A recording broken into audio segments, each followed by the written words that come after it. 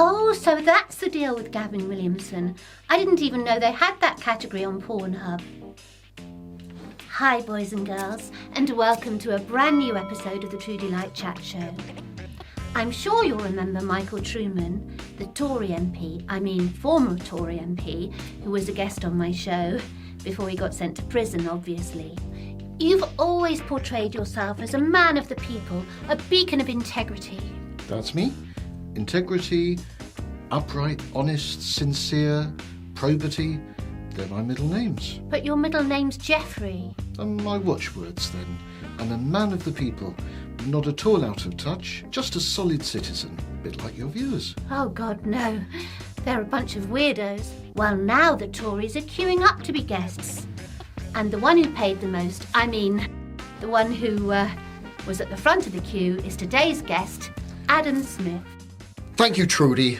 I'm here to try and prove that not all Tories are lying, cheating sleazebags. You've got your work cut out, I must say. Now, you're known as the King of Tufton Street, aren't you? Why's that? Well, you see, 55 Tufton Street is home to many of the eminent think tanks that I'm involved with. The TPA, ERG, GWPF. The CIA, KKK, B&Q, Home Base? Oh no, eminent think tanks, Trudy. Responsible for some of the most common sense thinking that... So distinguished the reign of Liz Truss and Kwasi Kwarteng? No. I think they were misconstrued. All of the right policies, just the wrong time. Good grief. You authored a chapter for that book of theirs, didn't you? Britannia Unchained. I did have that honour, yes, but I'm afraid my contribution didn't make the final edit. I think there was a certain professional jealousy. Really? Kamikaze and the Trussatron obviously thought that the more powerful intellectual thinking of my contribution would far outweigh the other contributors. I see. So your chapter was called Sell Everything, Let the Devil Take the Hindmost. Is that right? Yes, indeed. It's all about freedom. Give me an example. Well, you see, if someone wanted to sell their granny on eBay, why shouldn't they be allowed to?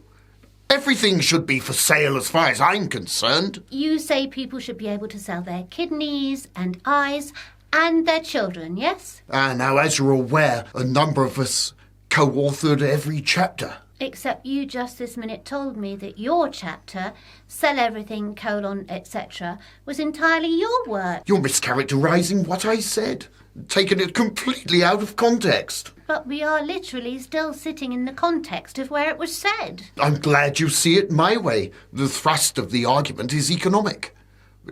Pretty complex stuff, really. Supply chain this and macroeconomics that. Far too complex for you to worry your pretty little head about.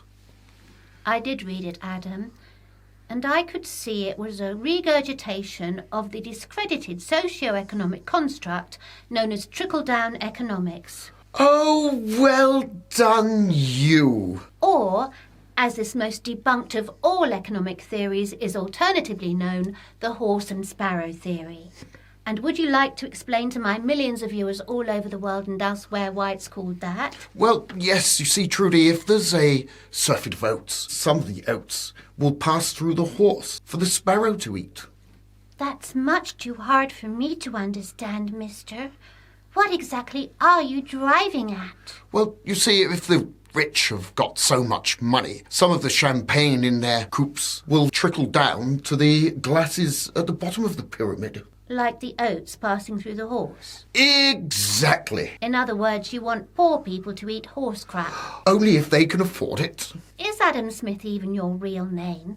Wikipedia says you've been David Ricardo, Max Strong when you were punting that so-called energy drink, and Esther Greenwald when you were doing that get-rich-quick scheme. Well, you see, I've taken advice from Grant Shapps and Michael Green, both fine fellows. The problem is we've got to go back to a more basic time where the poor knew their place and we weren't inundated with all these illegal... Oh, is my time up? No, that's a racism alarm. As you can tell, we keep it on the least sensitive setting. But I think we've all learned something today, especially you, Adam. There's no point in recycling discredited old ideas and trying to pass them off as something new. And talking of Jeremy Hunt, see you next time. And remember, keep it light. If you've been affected by any of the issues in this programme, you've clearly got bigger problems than understanding the finer points of laissez-faire economics.